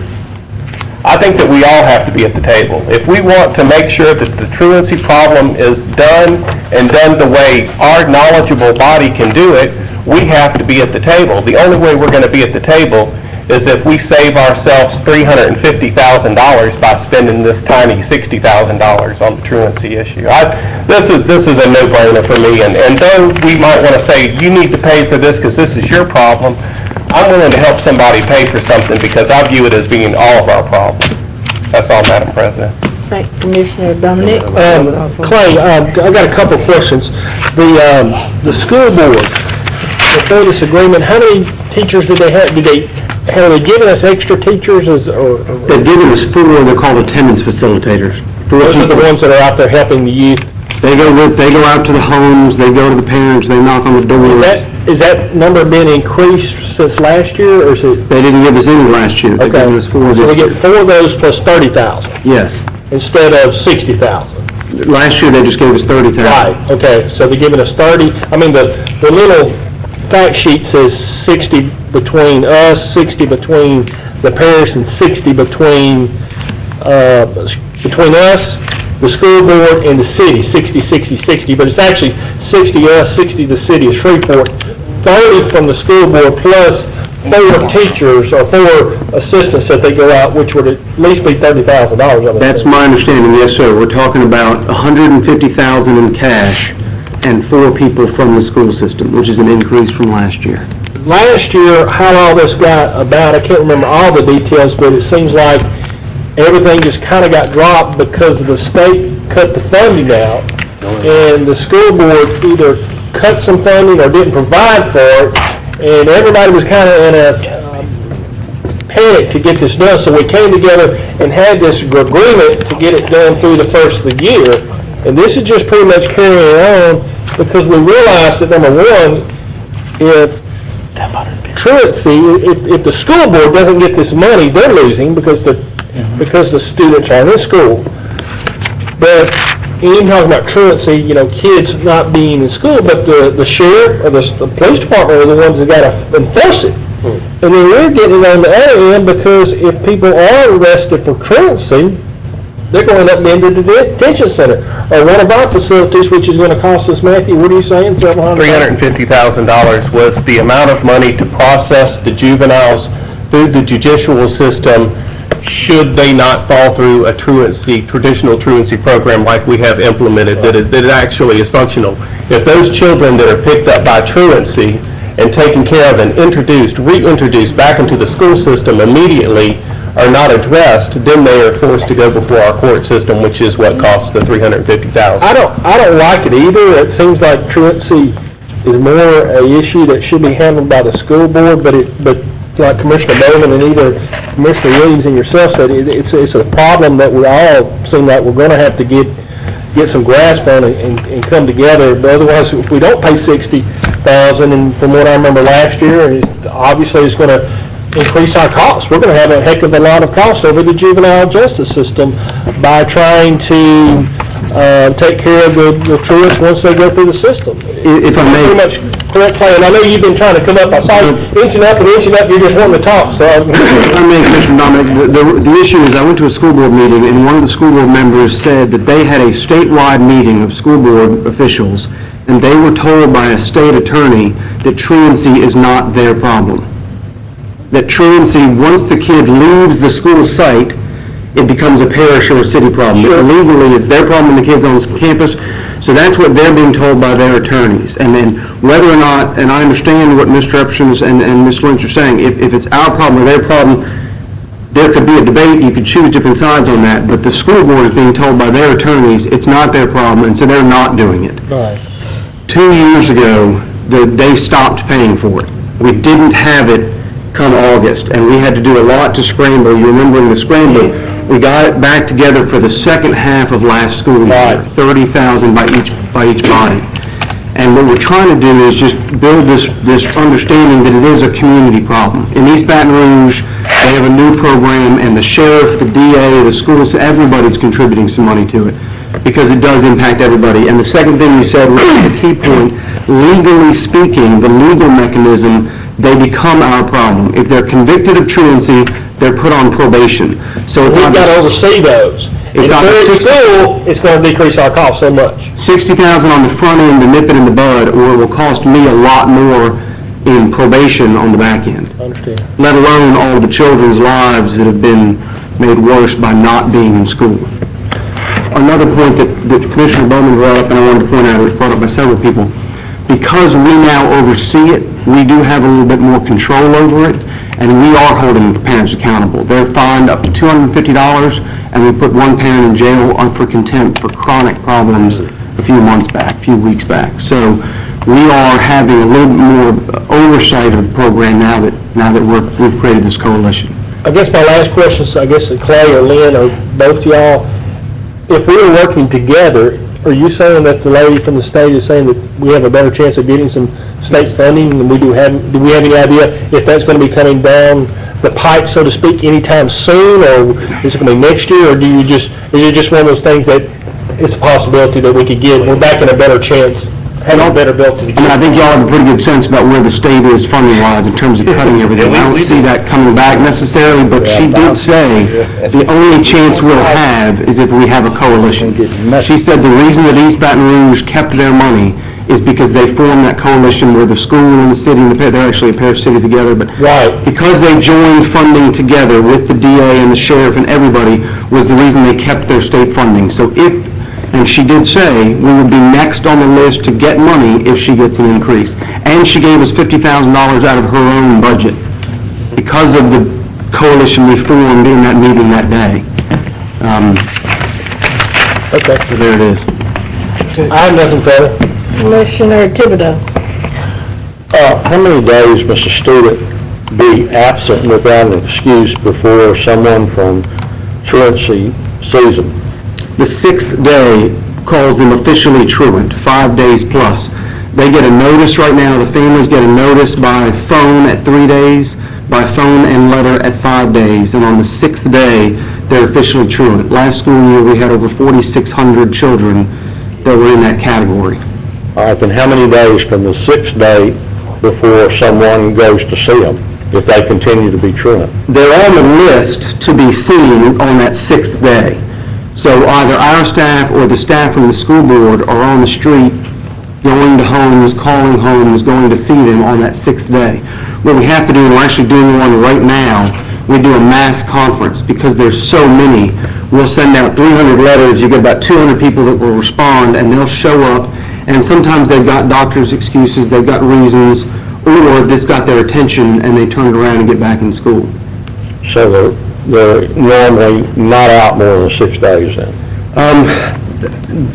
I would say a solid majority, I mean, probably over 3,000 of those are somewhere between 6 and 10 days.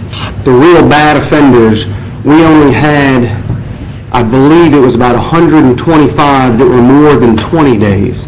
And those are just completely dysfunctional. Well, what it is you have a high schooler taking care of a baby, and so they're just not in school.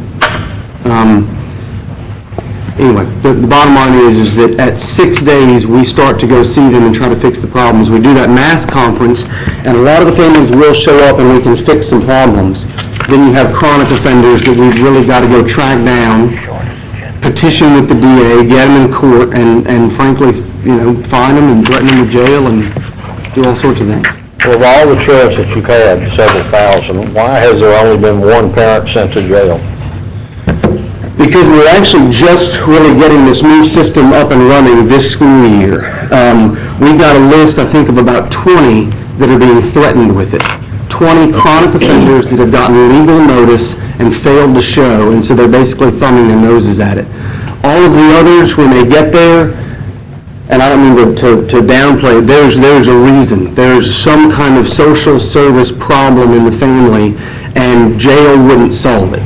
So we look to do something else. And when they do get reprimanded, the judge, I promise you, Matlock will get after them.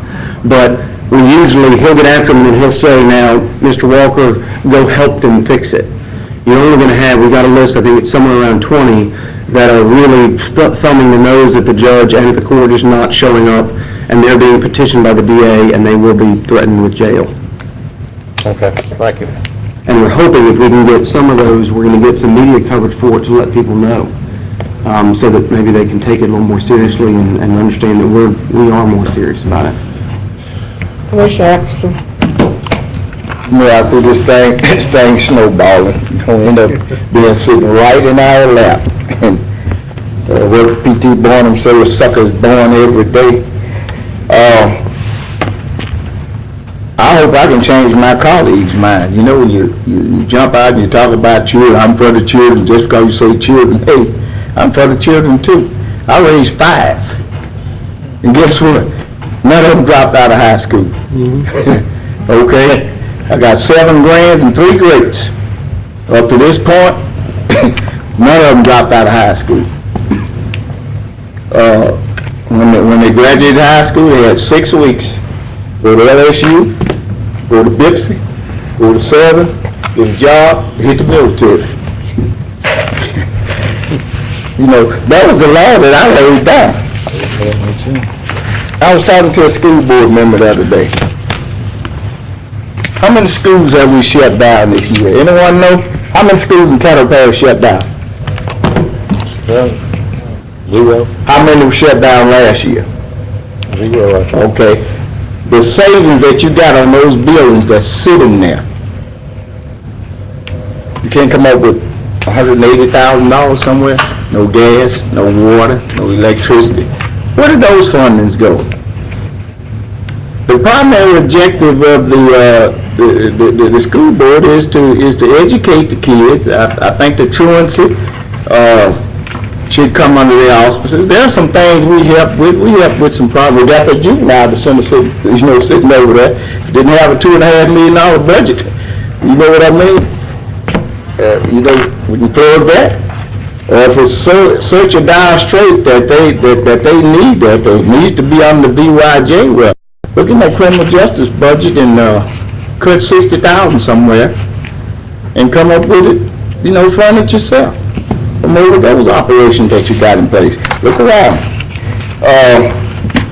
Where's the mass hearing held when you get all the parents together? At the juvenile court, sir. Juvenile court. You Yes, said we how many in there sometime? We probably have about 100 to 150 show up. Okay. All right, thank you. Yes, sir. But here in Steel, I think that the school board can come up with 60,000, and I believe that they should tighten their belt. 60,000 much better, and I believe the program will be still effective, working in conjunction with us. So, again, I'm not going to support this. I'm for the children. I do a number of things personally, and otherwise, my church and other private things that I do, I carry my load. I have no way of feeling guilty whatsoever about it. But first of all, this thing starts at home. You handle up on your kids like I handle up on mine. I'm pretty sure most folks around this table handle up on theirs. It starts at home. Thank you. Commissioner Lynn. Call for the question. You should already recognize me. You can't call you. Can't call the question. We're recognized. Commissioner Lynn. Let me just say, I just love it when Republicans turn into bleeding heart liberals. But anyway, That's the way we started. part of the reason I think we have $1 trillion deficit now in this country is because people think that government is supposed to, you know, throw money. If there's a problem, government throws money at it, try to solve it. And you know, that's just not the case. In this instance, I was at that meeting with the state folks, and we know that, you know, they take care of folks below I-10. It's part of what the whole dynamic was with the funding. And you know, once we called them on what they were doing, then, you know, they came to the table and provided some money. And Woody, you may remember this, when we met with Dr. Dawkins about this problem early on when he came here, he said, just give me a little time. How much time did he want? It was like 3 months or something to that effect. He said, just give me a little time. My board has passed their budget. I don't want to just kind of go back to them right now. We've got some other issues that we're dealing with. If you all could just help us out and buy me some time. And we did that. We've done that now for what, 1.5 years? And they were supposed to come back with a plan. Well, their plan that they've come back with is y'all keep paying for it. They still have not absorbed this program into their budget, which in none of the meetings that I've been in with Dr. Dawkins has he said, this is not our problem. I don't know what some lawyer is telling them now, but he's never taken that position. There is a program in place to deal with truancy. I think as one commissioner said, the issue here before us today is who's actually going to pay for that. The program is not going to go away. I think as long as, we're, going to be pimped and suckered, the school board is going to let us do that. And of course, they have no incentive, they have no reason to do anything other than what they're doing. Moving some staff around is not, that's not doing anything for us, but we have a facility there.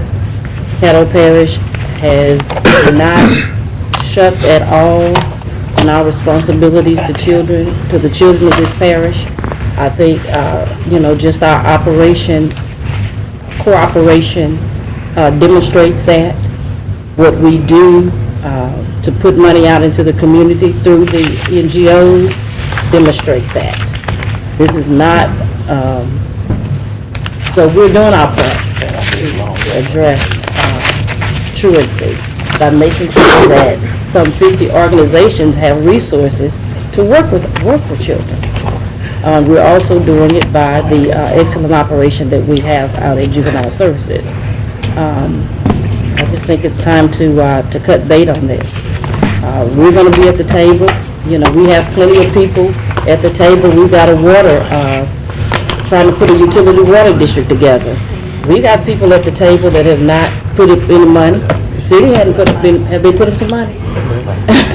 We went ahead and paid for the study and digging wells and testing and doing everything. So, certainly, if we don't put any funding there, we're still going to be at the table because we have, certainly a vested interest in what goes on with juveniles because of our obligation there. But I don't think we ought to have the money there that we're looking at today. Thank you. Mr. Bowman. I do understand exactly how, those in opposition feel. I really do. But where do we make how do we fix this? We're going to have to get with the school board at some point and tell them they need to man up. They're going to have to take care of their responsibility. We're going to have to tell the city, too, what they need to do as well. But my deal was just in the meantime, because when we look at all these other organizations that we fund through NGO, apparently most of them not doing a very good job because we got this problem as well. Yeah, we throwing $30,000 over here, this amount over there, but we still have this major truancy problem and these kids out on the street. I'm passionate about it because I see it all the time, and I can't really stand it to see them out like that. And you got kids raising kids. It's not the parents, adults anymore. These are parents, children. Some of them don't know any better. You're going to have, something's got to give, and at some point, we're going to have to force the school board to do what they need to do by, calling a meeting with them or something, but even with the city. But in the meantime, what do? That's where I am with this, and of course, we can talk about the deficit over at Juvenile that we got to catch up. We've been talking about that for, I know, the last 14, 15 years. We say that all over and over, but all we do is patch it. We don't do anything. Nothing's ever, everybody's scared to go out to the voters and all of that. Well, it's going to pass, not going to pass. So then we just patch a little more and then talk about it later when we get in a situation like this. I'm going to support it. Thank you. Mr. Donnelly? Well, I was going to call for the question, but since I'm the last one, I think there's no need to, so. No more. Please cast your vote.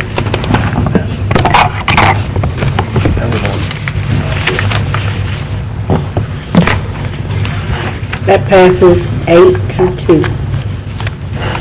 Next item, Authorize resolution number 4 of 2013, ordering and calling a special election to be held in Caddo, Louisiana to vote upon the adoption of amendments to the Home Rule Charter, making application to the State Bond Commission. So move, Madam Chair. moved by Commissioner Williams, second by Commissioner Escobar. Any discussion? Did we ever get any Commissioner Lynch? did we ever get any clarification on what's gonna be on the ballot on May 4th? The school system will have tax renewals on the ballot in May, Commissioners. Okay.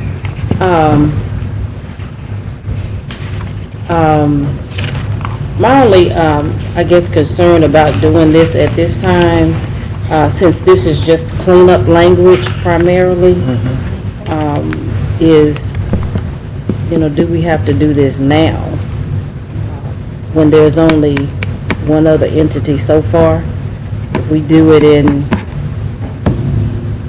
at some other time, maybe in 2014, when there's a congressional race and a city council race and probably PS or whatever, some other, the cost will be less, is what I'm saying. More people that are at the table than the costs are less. Is that right? Yes. So if there's city, if there's state, if there's congressional or whatever, then our costs are less. Here it's just us in the school system. But basically what's cleanup language is not killing anybody at this point. So I'm just not really clear on who put this on here. I mean, what the rush is. I know initially, when the term limit thing was there, I know some folks wanted to, but that's not on here. This is just cleanup language. That's correct. So what are we doing? Why is this on here? I mean, who put this on here? Well, Commissioner, I answered. I think this came We back. voted last, What can I talk? Y'all did. We voted by ordinance, remember? And we voted to move it forward, but pursuant to, I guess, the rules, we have to pass a resolution placing it on the agenda, calling for the election. This is calling for the election. Okay. Now, we could say no, and we could move it to another date. I mean, that's up to this commission body. Yeah, But okay. you remember that the deadline was like Okay. January 15th, because we were asking Donna about that, and due to the fact that we're not meeting till Thursday, so we're going to meet January 15th. Right, so that was, I think we kind of moved it to clarify who was going to be on the ballot or whatever, Right. just in case. But, so I'm just saying, now it's just the two of us. I just don't really see what the rush is. Thank you. Commissioner Lynn?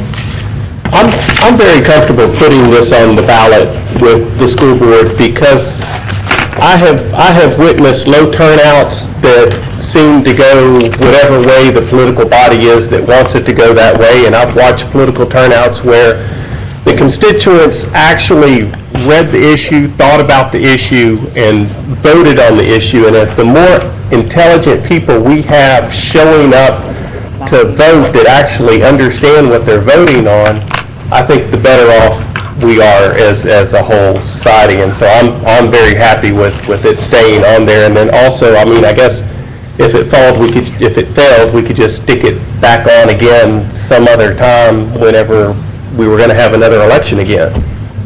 Since it is strictly just cleanup, I don't see where there's any harm done since the money's already being spent and the voters are already being asked to go out and vote. That's all, Madam President. Mr. Grant? Just for clarification, Commissioners, the ordinance proposing these amendments to the charter will be on your agenda Thursday for final passage. It's on the consent agenda today or whatever. So you would have an option on Thursday to vote for or against any of the proposed amendments, and the ordinance should really come up before the resolution. And then if you vote to move forward with any of the proposed amendments to the charter, through the resolution, you could then decide when you want to have the election. You could go ahead and pass it as in its current format and have the election this spring, or you could amend the ordinance and have the election the first time there's a more general election, or you could just defeat the resolution. And by doing that, you would have basically said, we're going to propose these amendments, but we're going to propose them at a later date. But the point I really want to make is to remind y'all that the ordinance to actually vote on the amendments is coming up. With the final package, I will be voting no on all of the recommended changes to the charter. Because it doesn't make sense to put one item, it's not wise economic decision to put one item on a ballot to be passed when it costs almost $75,000 to do that. That don't make sense to me. One of the most important items we was wanting to get on the ballot was the term limits. And the only one we really have at this time is the one for the travel policies, which would be the final passage in January 17th. That's not true? Okay. Policies and procedures. Okay, but in the meantime, thank you for correction. It doesn't make sense to put these on the ballot for voting right now. We need to go back and maybe we compromise together and come up with some recommendation where we feel we can compromise on to put it back on the ballot. There's some things we can do together that we can put the big ticket item, which is the term limits. However, it'll be a waste of the taxpayer money just to put this one item on the ballot. It doesn't make economic sense. So I would ask that we do not propose this recommended changes at this time. And when it comes up for final passage, I think on Thursday, we should all vote no. Vote no, vote no, vote no. Doesn't make sense, cost too much money to put one item on the ballot. Sure don't want to take the risk of putting it on with the school board. They don't have a good track record. People are intelligent. That's why they want to vote no. And we have a good public relation with the public. Now let's keep moving on that momentum of good public relation with the public. Doesn't make sense to put this one item on the ballot. Doesn't make sense. It's not our money. This is the taxpayers' money. You go put one item on the ballot on the home rule charter and cost $75,000 to $75,000. That don't sound like a bunch of conservatives up here to me. So if we're going to be conservative in our spending and wise in our spending, this is not good for us right now. I would ask that when they come up Thursday, we vote no. Thank you. Commissioner Epperson. No, I pass. Commissioner Escudé. Okay, I think maybe there's a misunderstanding that the Caddo Parish, the Caddo School Board's already called for an election on this date. Is that not correct? So it doesn't cost any more to put it on there, whether it's then or not. We're not spending any more money putting it on that date. Since the Caddo School Board's election is a parish-wide election, it maybe makes sense for us to put this on that same date since we have to have a parish-wide election. And really, I don't care if we put this on at all. These are clean-up details. It doesn't matter. I don't know why we're arguing about when its best time for passage is. It's replacing thou with shall and fixing up an old thing that says we do hand vote to go to machine vote or voice vote. It's clerical stuff. And it could all pass. It will not change the laws of Caddo Parish, the way we govern, the way the people are served. It was just little bitty, like having an English professor check your paper before you turn it in for grammatical errors and punctuation errors. That's all. So if we clean it up, fine. If we don't, fine. So I don't know why we're spending a whole lot of time discussing it. And if you're worried about it passing, well, think about this. The big turnout for this election, if we do it in April, is going to be the teachers and the school board employees because they're the ones who are going to vote to renew the taxes. We have to assume you're educated enough to see what this is and to approve it. If not, then the Lord help us. But one way or the other, it don't matter when we do it. It will pass. It's simple. And it doesn't matter if we ever do it. So let's just get on with it. Thank you.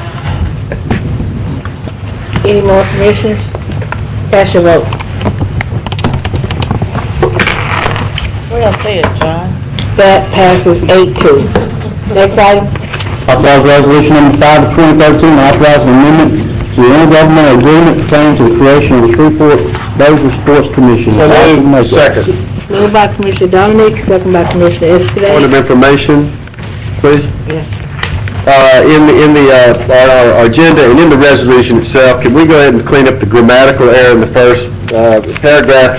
So that it says to alter the makeup of its advisory board. we're not an advisory board, and there's no adversarial spirit on this board, so let's just change that, please. Pass it on, that's right. Before legal test approves to it in its legal form. Thank you.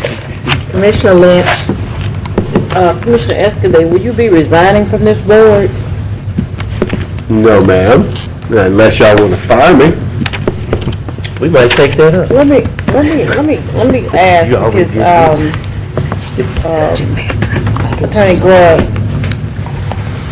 because I know that there were a number of things we had to get off of, and the whole ethics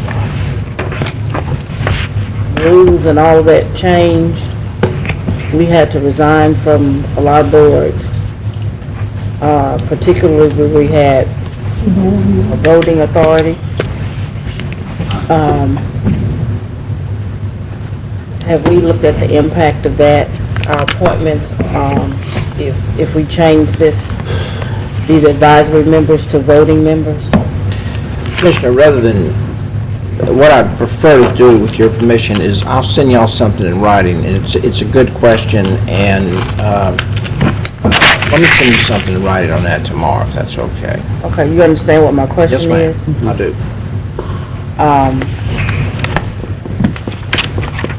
I know one of the advantages I think you touted, that was touted when let me see, of those 5 members, I couldn't remember which one was a politician from Bossier. Rick Avery. Bubba Williams. Oh, okay. Both the city and the parish's appointments in Bossier, or police jurymen and city councilmen. Police jurors, okay, that's what I thought. So yeah, that's what my question is pertaining to that, whether the politicians will be able to continue to serve on that board. Thank you. No more discussion, please vote.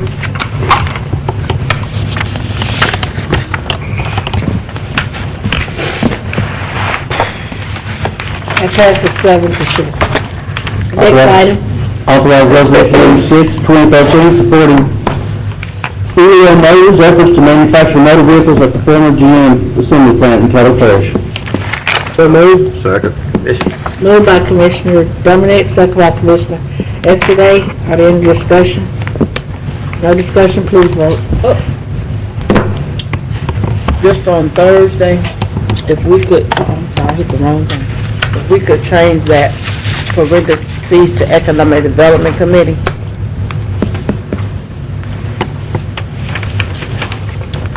Thank you. That passes. Next item.